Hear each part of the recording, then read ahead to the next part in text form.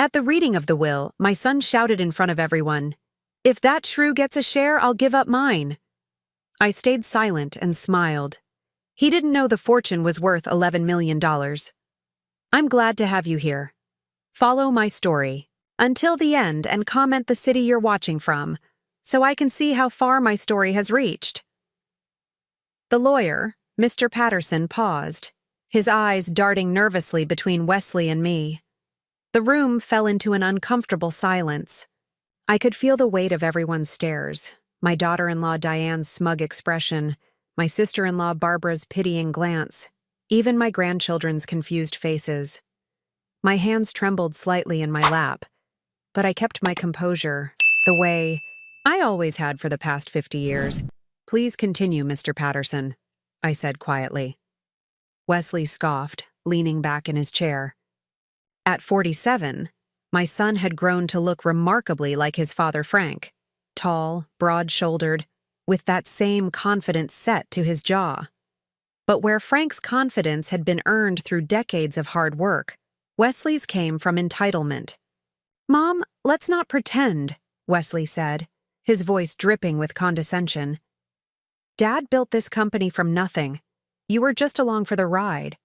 Diane nodded in agreement, her manicured hand resting possessively on Wesley's arm. "Frank always said business decisions should stay with those who understand business," she added, not even bothering to look at me. I swallowed the familiar hurt, the same pain I'd been swallowing for years. At 72, I'd grown accustomed to being dismissed, overlooked, treated as if my only contribution to our family had been birthing Wesley and supporting Frank. They never saw the nights I spent reviewing contracts when Frank was too exhausted, the client relationships I nurtured while hosting countless dinners, the careful financial decisions I guided Frank toward when his ambition outpaced his judgment. Mr. Patterson cleared his throat. "This is just a preliminary meeting," he reminded. "Everyone, the formal reading will take place next week when the full documentation is prepared." "What's there to prepare?" Wesley demanded. "Dad left the business to me, the house to Mom for her lifetime, and the rest split between us. We all know that's what he planned." I caught Mr. Patterson's eye, and something in his expression made me sit a little straighter. Frank and I had spoken privately many times in his final months, as the cancer slowly took him from us. During those quiet conversations, when medication lowered his guard, my husband had confessed many regrets, particularly about Wesley. "I indulged him too much," Frank had whispered one night, his hand gripping mine with surprising strength. "I thought I was showing him love, but I just taught him to expect everything handed to him. He'll learn," I had reassured him, though I hadn't believed it myself. Frank's eyes had been clearer that night than they'd been in weeks. "No, Mabel, not unless something forces him to." Now, watching Wesley's entitled anger, I understood what Frank had meant. My son truly believed he deserved everything his father had built, without earning any of it.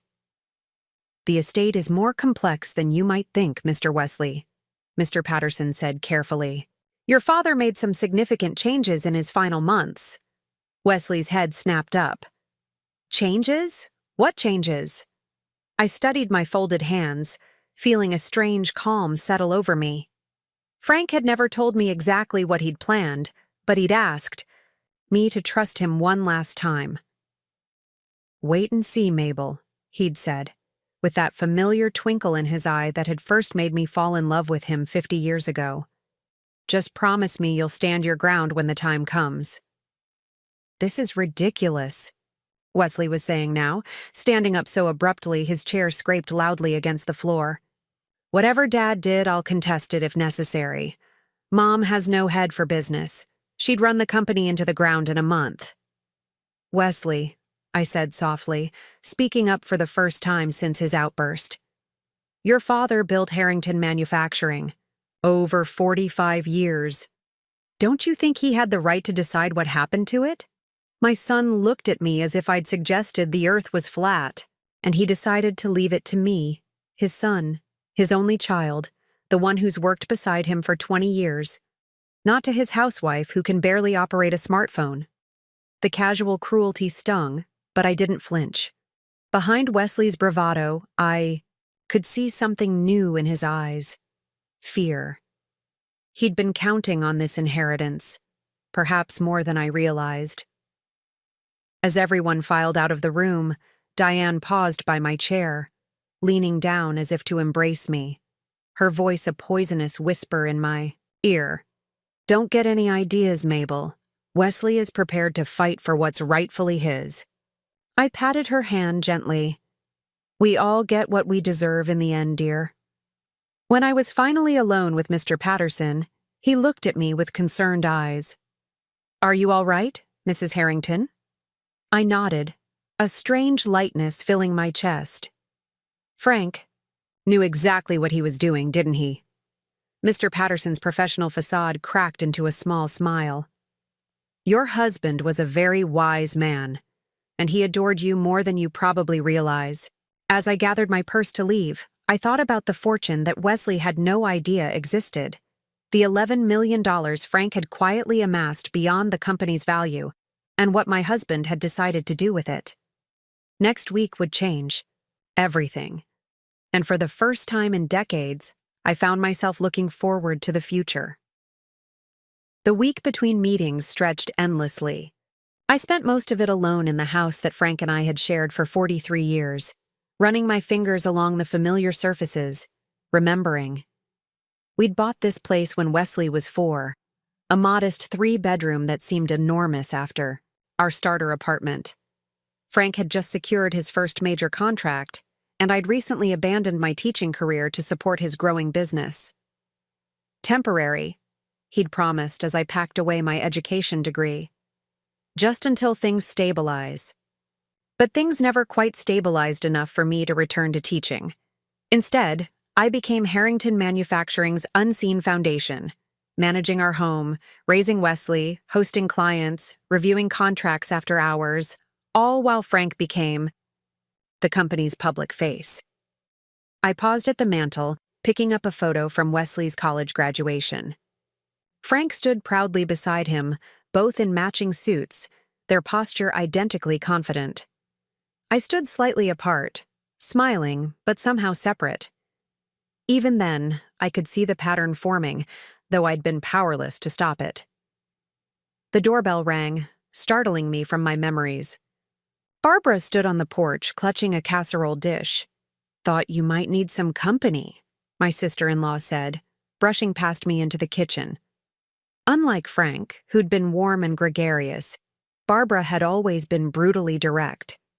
"You look terrible, Mabel." I touched my uncombed hair self-consciously. "I haven't been sleeping well." Barbara set down her dish and faced me squarely. "Wesley's been calling me. Says Frank might have changed the will, might have left you more than your fair share." She made air quotes around the last words. "The reading isn't until tomorrow," I said carefully. "Cut the act, Mabel. Did Frank leave you the company?" I met her gaze steadily. "Frank and I didn't discuss the details of his will." Barbara snorted. "Right, 50 years together, and he never mentioned his plans for the multi-million-dollar company you helped him build." "Frank made his own decisions." She studied me for a long moment. "You know, I never understood you. You let Frank and Wesley walk all over you for decades. Even now, you're defending them." I turned away, busying myself with making tea. "You didn't live my life, Barbara." "No, thank God," she muttered. "I would have left Frank the first time he took credit for my work, which, from what I observed, was sometime around 1980. The kettle whistled, saving me from responding.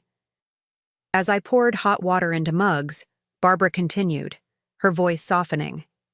Slightly. "Do you remember when Wesley was about 12 and Frank got him that ridiculous racing bike?" I nodded, setting a mug in front of her. Wesley had begged for that bike for months, despite my concerns it was too advanced for him. "You told Frank it was dangerous. Frank bought it anyway. 3 weeks later, Wesley broke his arm." "That was a long time ago," I murmured. My point is, you were right. You were always right, Mabel. About Wesley, especially. You saw what Frank was creating with his indulgence. An entitled, spoiled man who never had to earn anything. I sank into a chair, suddenly exhausted. What do you want me to say, Barbara? That I failed as a mother? That I should have put my foot down more? Barbara reached across the table and gripped my hand, a rare gesture of affection from her. I want you to stop blaming yourself for Wesley's character. Frank made him what he is. Maybe you could have fought harder, but Frank would have just gone behind your back anyway. Tears pricked at my eyes. I did try, you know. When Wesley was in college, he got into trouble, drinking, failing classes. I wanted consequences. Frank just threw money at the problem, moved him to a different school. I remember, Barbara said grimly. And then Frank gave him a vice presidency straight out of college, despite him having 0 qualifications. I sighed, memories flooding back. Wesley's first year at the company, he lost a major client with his arrogance. Frank covered for him, told everyone it was a strategic decision. And now Wesley thinks he's entitled to run the company, Barbara concluded. He's worked there for 20 years, I pointed out. Worked? Barbara scoffed. He shows up late, leaves early, takes credit for his team's ideas, and spends more time on the golf course than in his office. Meanwhile, he and Diane are spending money like water. The new vacation house, the boat, private schools for the kids. I looked up sharply. How bad is it? Barbara hesitated. There are rumors, Mabel. Wesley's been leveraging his expected inheritance. They're in debt up to their eyeballs. This wasn't entirely surprising. Wesley and Diane had always lived beyond their means, and recently they'd been pressing Frank to formalize the succession plan, to put in writing what Wesley assumed was his birthright. Did Frank know? I asked quietly. Barbara nodded. Jim in accounting showed him some concerning transactions about 6 months ago. Wesley had been giving himself unauthorized bonuses, billing personal expenses to the company. 6 months ago, right around when Frank had started having those serious private conversations with me and Mr. Patterson. The timing suddenly made sense. After Barbara left, I went to Frank's study, a room I'd barely entered since his death. His presence was strongest here, in the leather chair worn to the shape of his body, the faint smell of his cologne still lingering. I ran my hand along his desk, remembering how many nights I'd brought him coffee as he worked late, how many times I'd given him my thoughts on a contract or a negotiation strategy. In the bottom drawer, I found a small leather journal I'd never seen before. Inside, in Frank's precise handwriting, was a letter addressed to me. My dearest Mabel, it began. If you're reading this, I've already gone, and you're wondering if you've spent your life being a doormat. The answer is yes and no. Yes, I took advantage of your generosity and brilliance too many times to count. No, it wasn't your fault. It was mine for being too proud to publicly acknowledge how much I needed you. The letter continued for pages. Frank's confession of how he'd realized too late the monster of entitlement he'd created in Wesley, how he'd watched our son manipulate and charm his way through life without developing any real substance. I can't undo the past, the letter concluded, but I can try to shape the future. Forgive me for the pain that's coming, but trust that it's necessary. Wesley needs to learn what you and I never taught him, that nothing valuable comes without earning. I'm trusting you to be stronger than I ever was. All my love, Frank. I closed the journal, my hands trembling.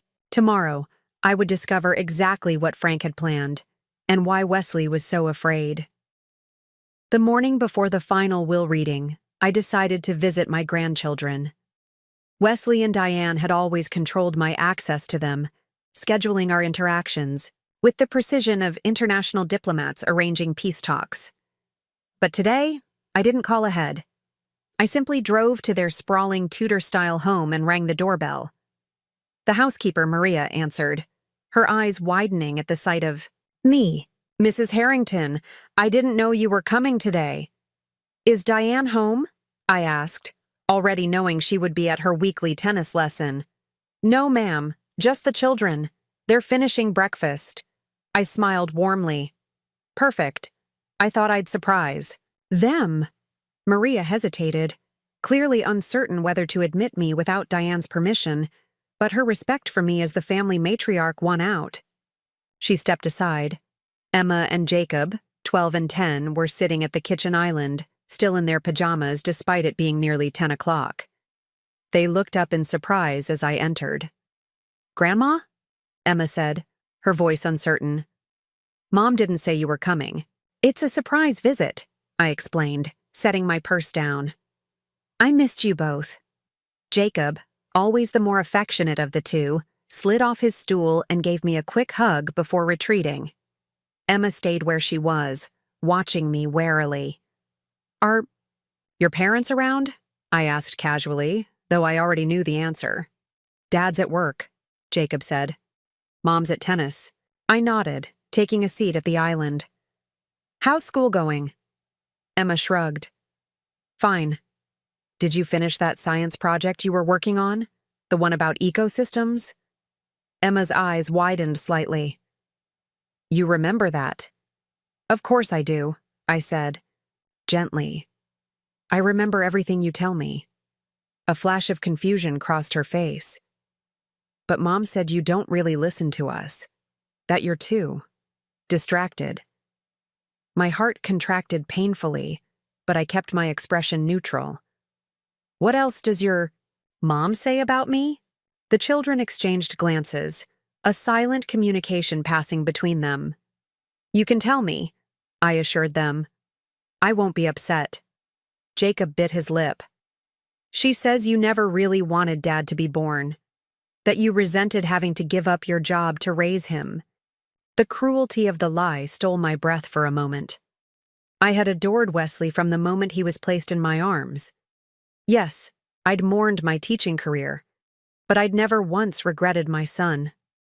And, Emma added hesitantly, she says you tried to convince Grandpa Frank not to let Dad work at the company because you were jealous of him.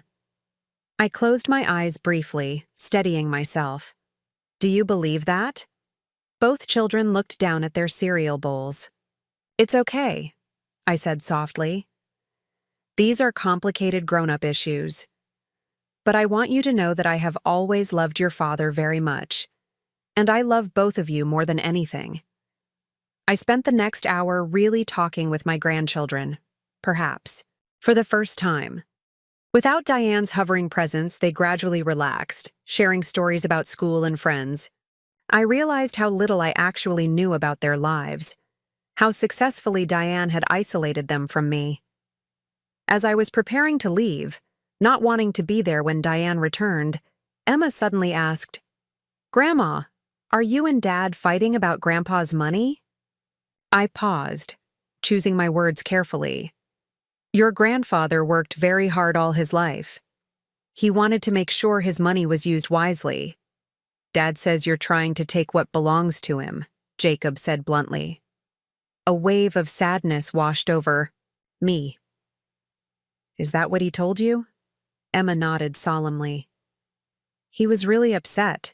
He said you never supported him like Grandpa did.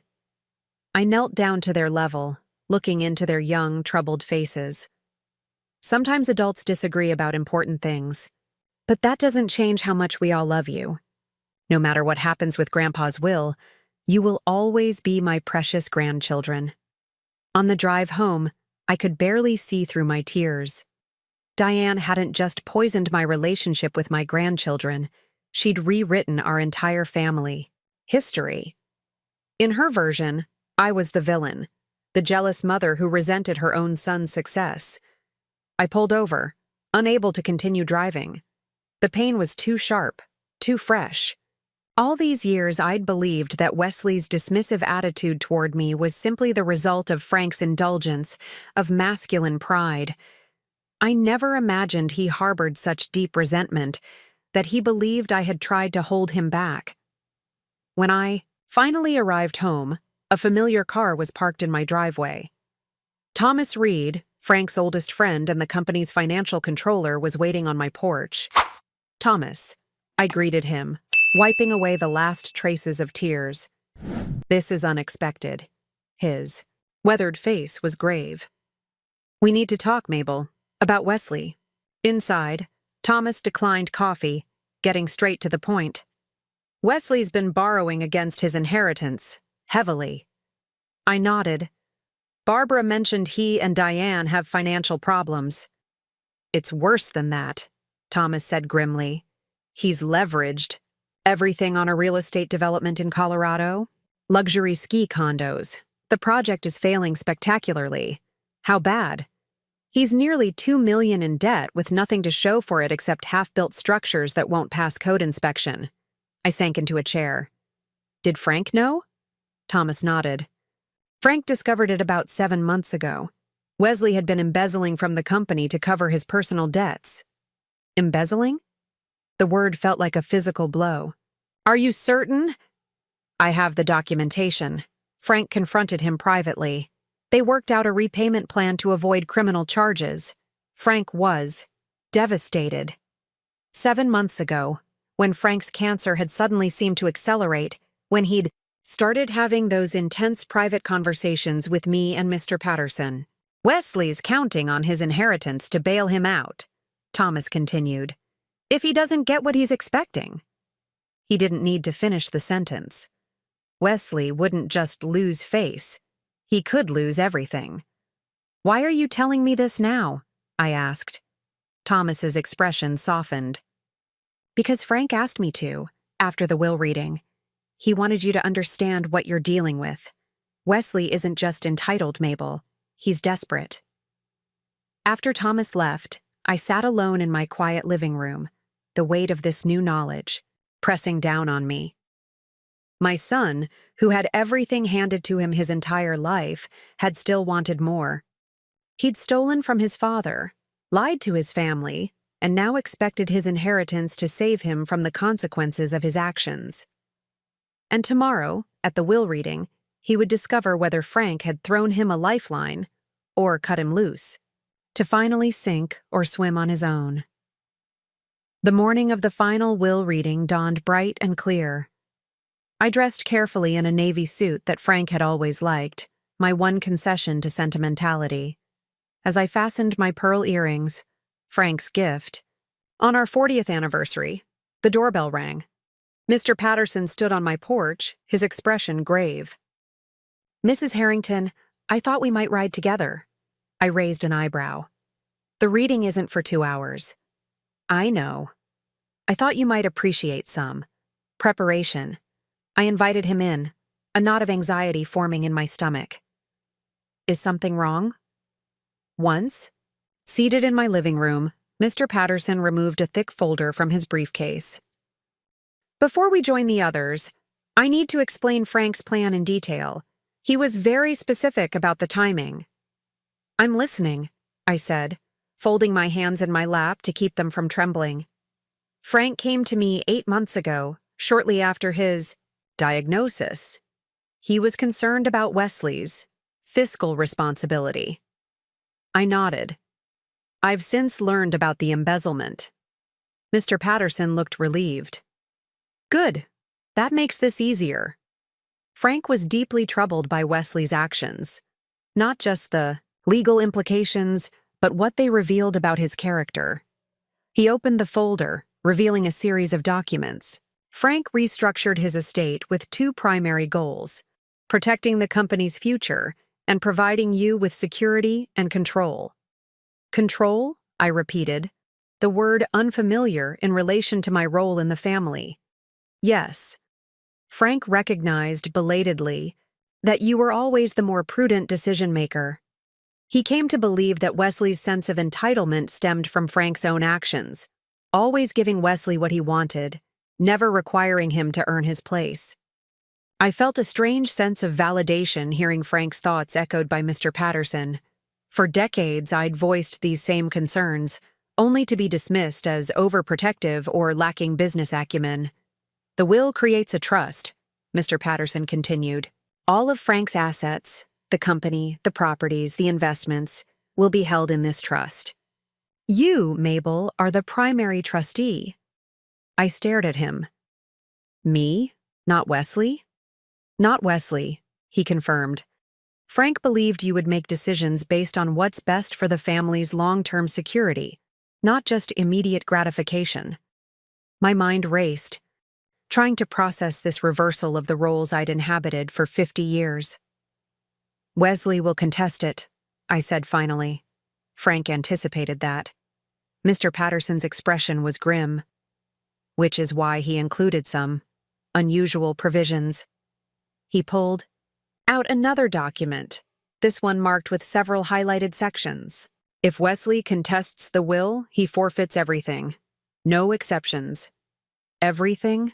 My voice was barely audible. Everything. His position at the company, his inheritance, even the house they live in, which is technically owned by Harrington Manufacturing. I stood up, suddenly needing to move. This seems extreme. Frank was protecting the company. And you, Mr. Patterson said. He knew Wesley would try to bully you into giving him control. This was his way of ensuring that couldn't happen. I paced to the window, gazing out at the garden Frank and I had tended together for decades. What about my grandchildren? Emma and Jacob shouldn't suffer for their father's mistakes. Frank thought of that too. Mr. Patterson pulled out yet another document. The trust includes provisions for their education and future security, regardless of Wesley's actions.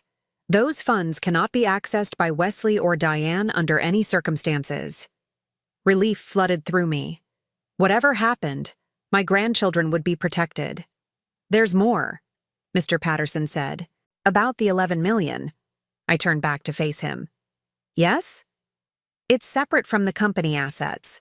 It's money Frank set aside over the years, investments that performed exceptionally well. Wesley doesn't know this money exists. I gathered that, I said. Frank mentioned it to me only once in passing. This money is yours outright, Mr. Patterson explained. No trust, no conditions. Frank wanted you to have resources that were completely independent of the company and Wesley. I sank back into my chair, overwhelmed. Why didn't Frank tell me any of this before he died? Mr. Patterson's expression softened. He said you might have tried to talk him out of it, that you'd spent a lifetime making excuses for Wesley, trying to keep the peace. That stung, partly because it was true. I had spent decades smoothing things over, making excuses, trying to protect the fragile peace of our family.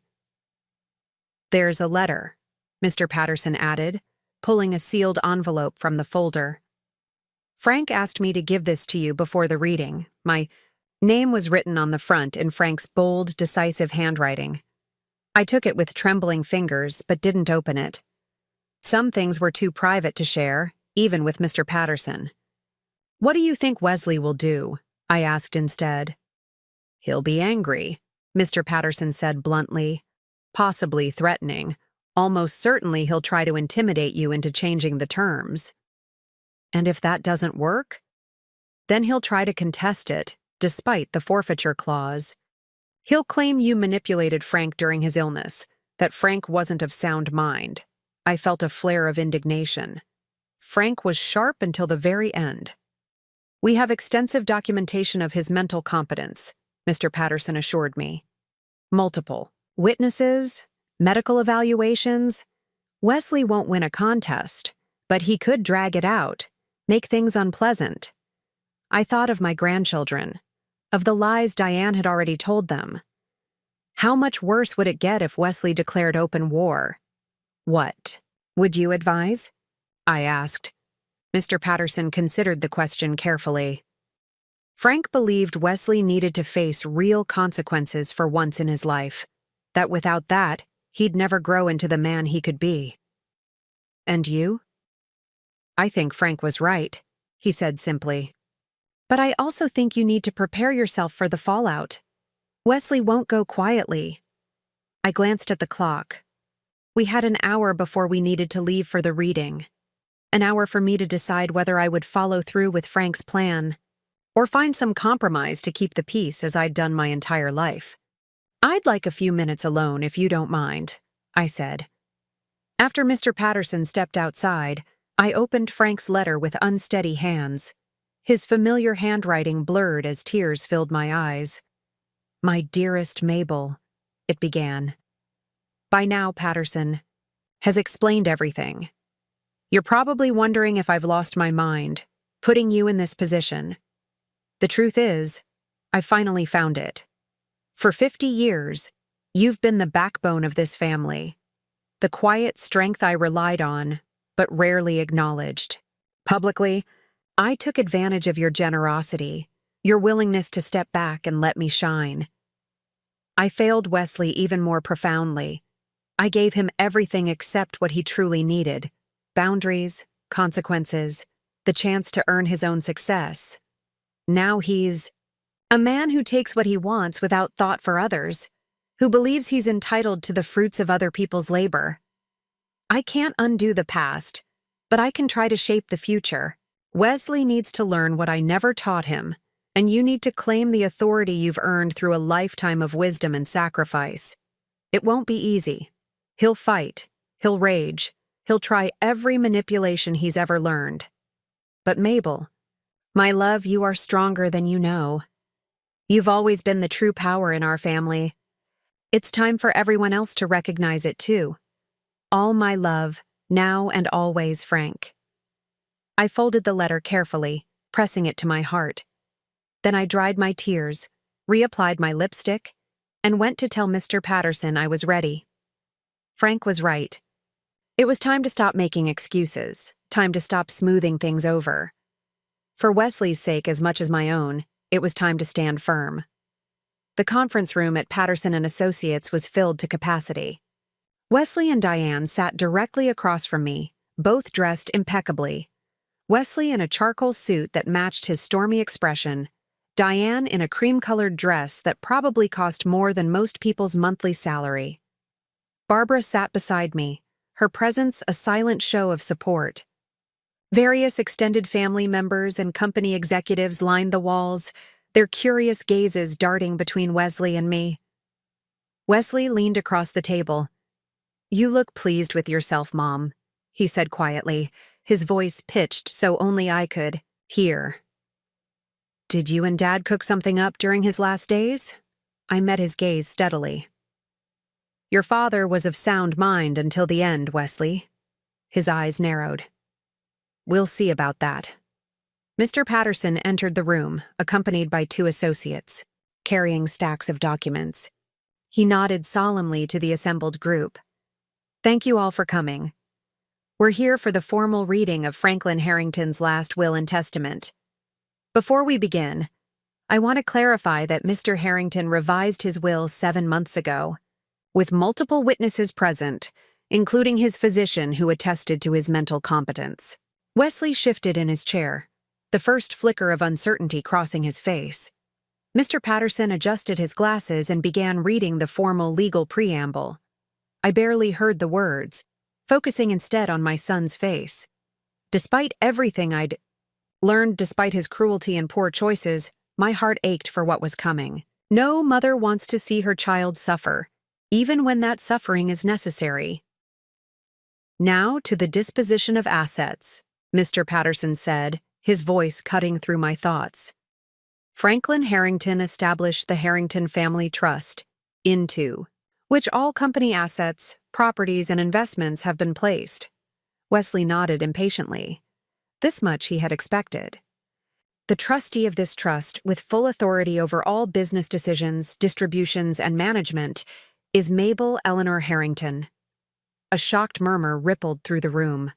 Wesley's face drained of color.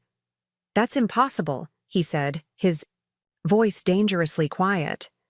"There must be some mistake." "There's no mistake," Mr. Patterson said firmly.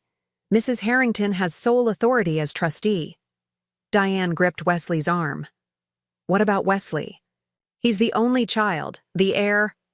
"Wesley James Harrington," Mr. Patterson continued, will retain his position as Vice President of Operations, reporting directly to the Board of Directors, which will be chaired by Mrs. Harrington. Wesley's face had transformed from shock to fury. This is ridiculous. My mother knows nothing about running a company. Dad built that business. I worked alongside him for 20 years, and now you're telling me she's in charge? Your father's decision was quite clear, Mr. Patterson said calmly. My father was dying. Wesley snapped. He wasn't thinking clearly. Mom obviously manipulated him when he was vulnerable. I flinched at the accusation, but kept my composure. Wesley, please, no! He slammed his hand on the table. I will not let you steal what's rightfully mine. I'll contest this. I'll fight it with everything I have. Mr. Patterson cleared his throat. Before you make that decision, Mr. Harrington, you should be aware of the contest clause. The what? Wesley demanded. If any beneficiary contests this will or attempts to interfere with the administration of the trust, they forfeit all benefits, completely and irrevocably. Wesley laughed, incredulously. You're bluffing. Mr. Patterson silently passed him the relevant document. I watched as Wesley scanned it, his expression shifting from disbelief to horror. This is insane, he whispered. He's disinheriting me if I object to this. This travesty? Not disinheriting, Mr. Patterson corrected.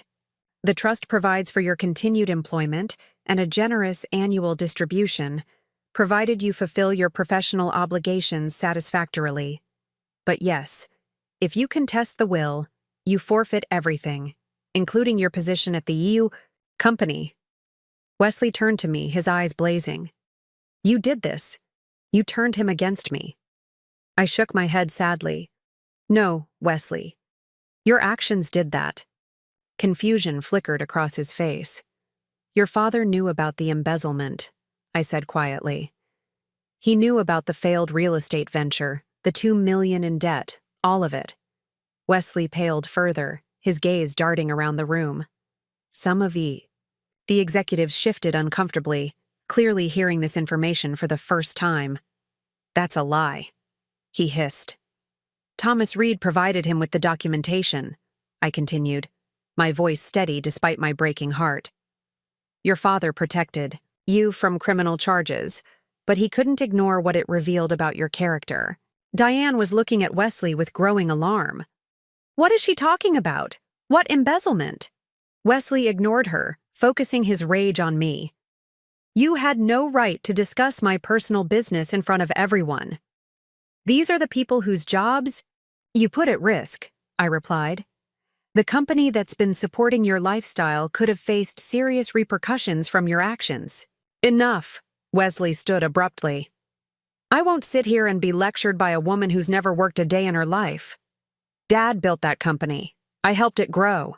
You have no right to any of it, Mr. Patterson interjected. There's more to the will that you need to hear, Mr. Harrington. Wesley waved dismissively. I don't care. This is going to court. Mom can enjoy her little power trip for now, but it won't last. As he turned to leave, Mr. Patterson's next words stopped him cold.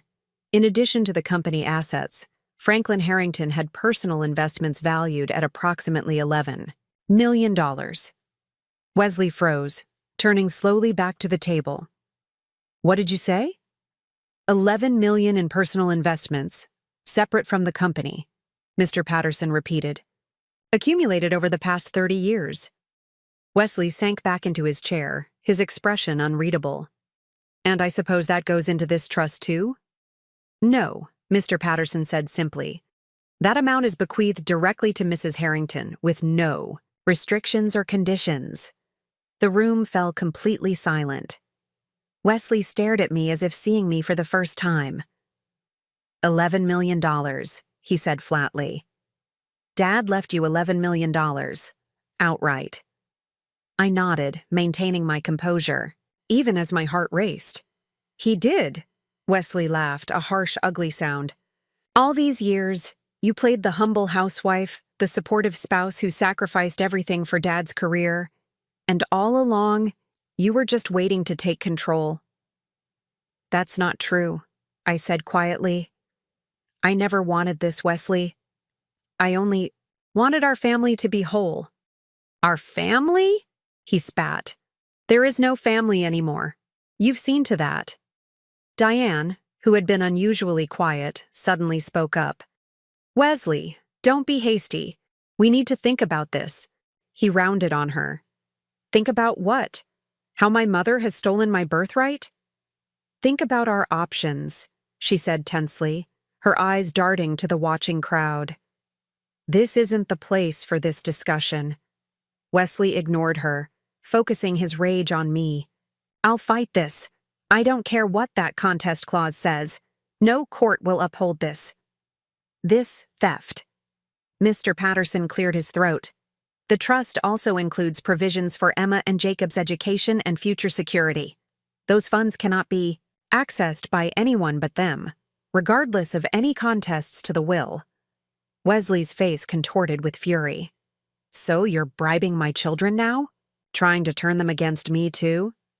No, I said firmly. Your father and I wanted to ensure their future no matter what. Their future is my responsibility, not yours, Wesley snapped.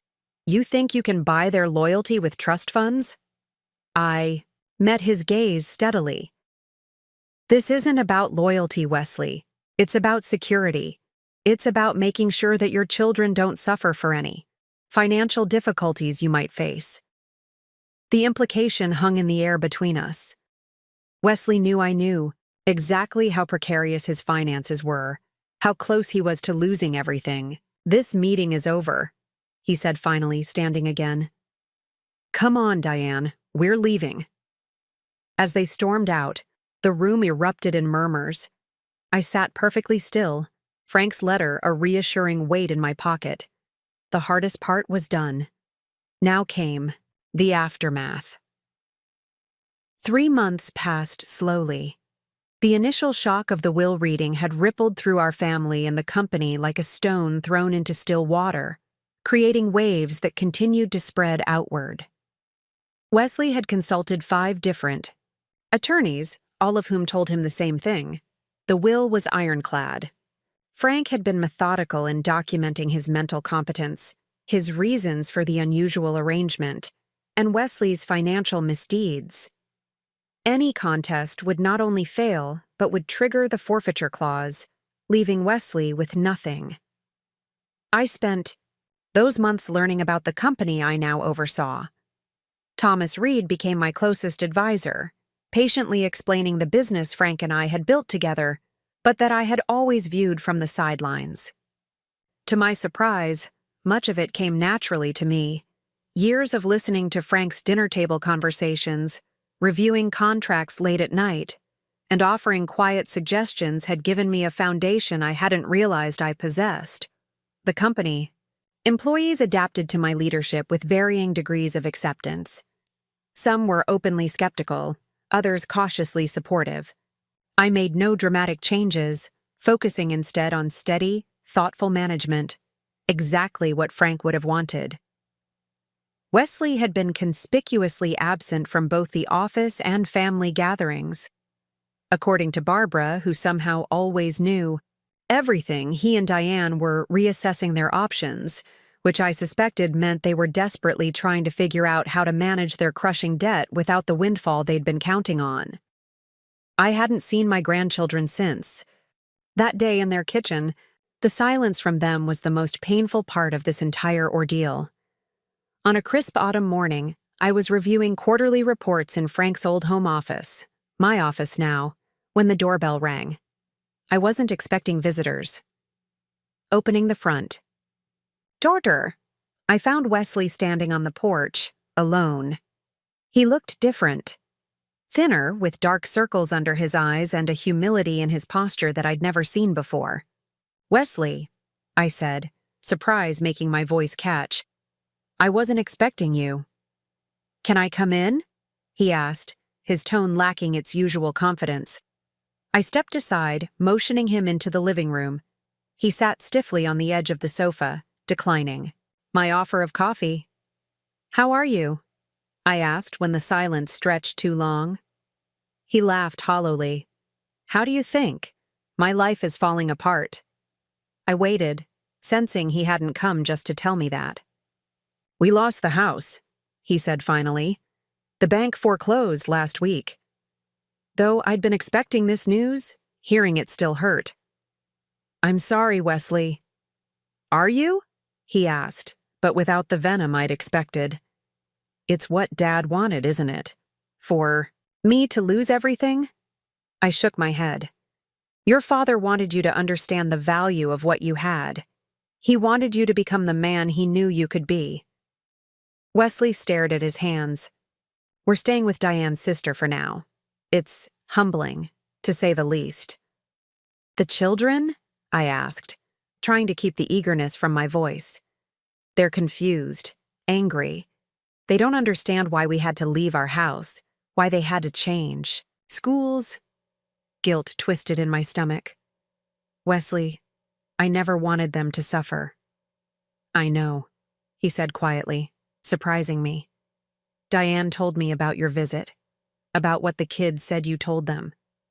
I tensed, unsure where this was going. You didn't trash me, he continued. You could have, but you didn't.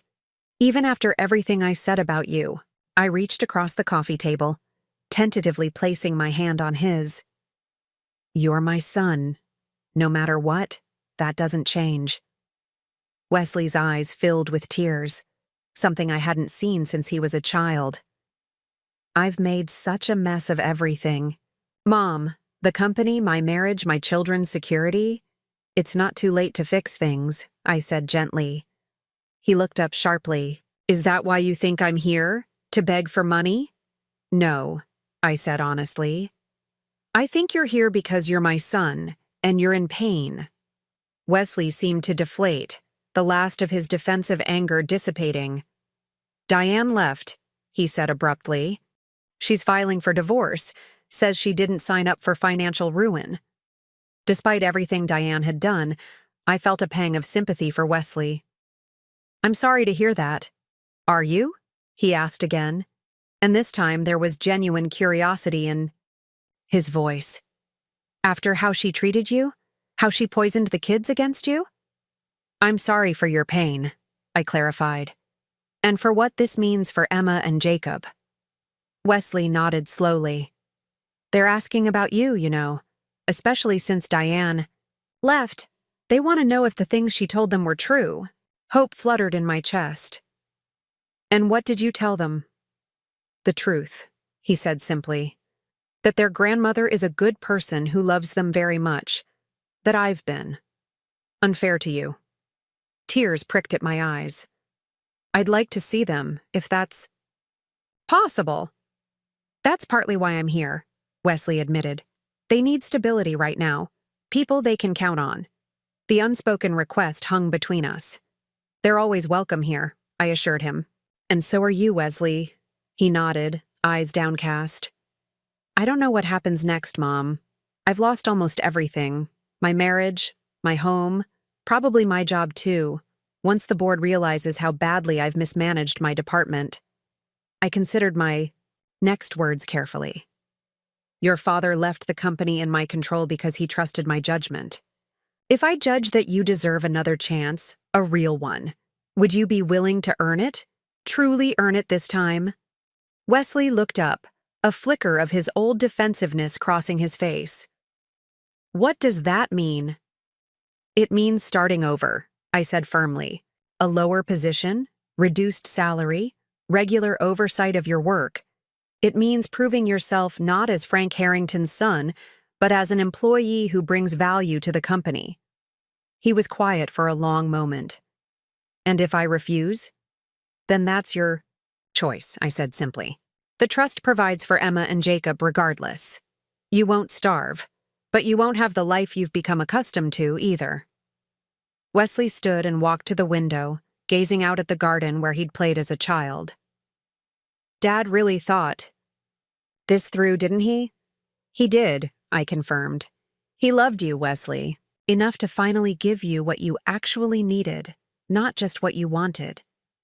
Wesley turned back to me, his expression more vulnerable than I'd seen since he was a boy.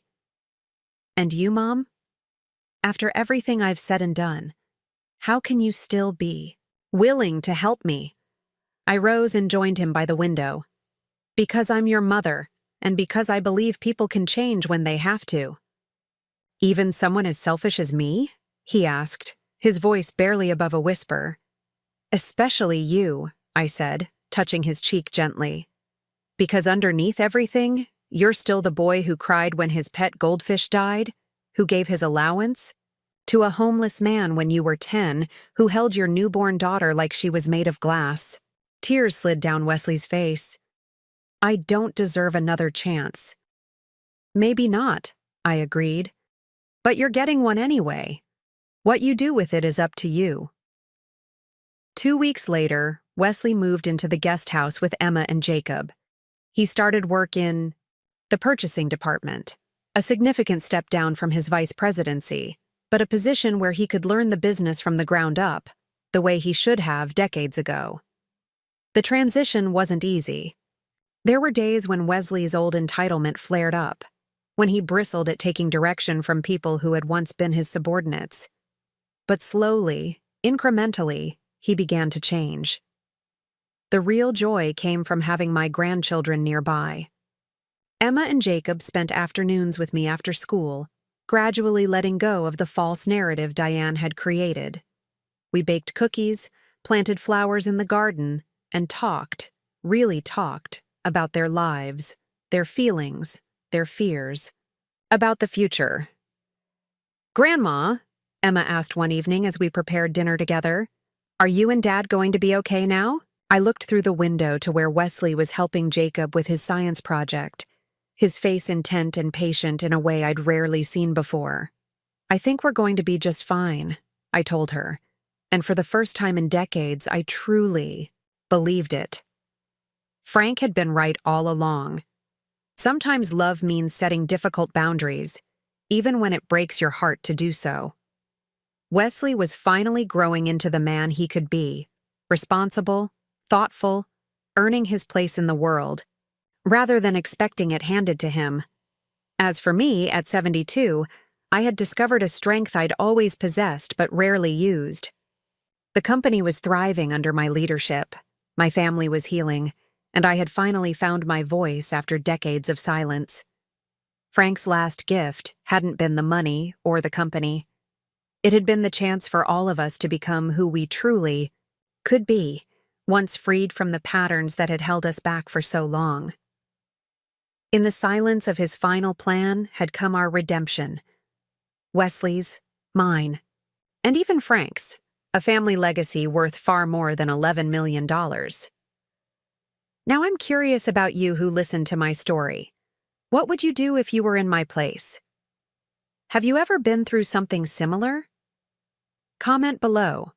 And meanwhile, I'm leaving on the final screen 2 other stories that are channel favorites, and they will definitely surprise you. Thank you for watching until here.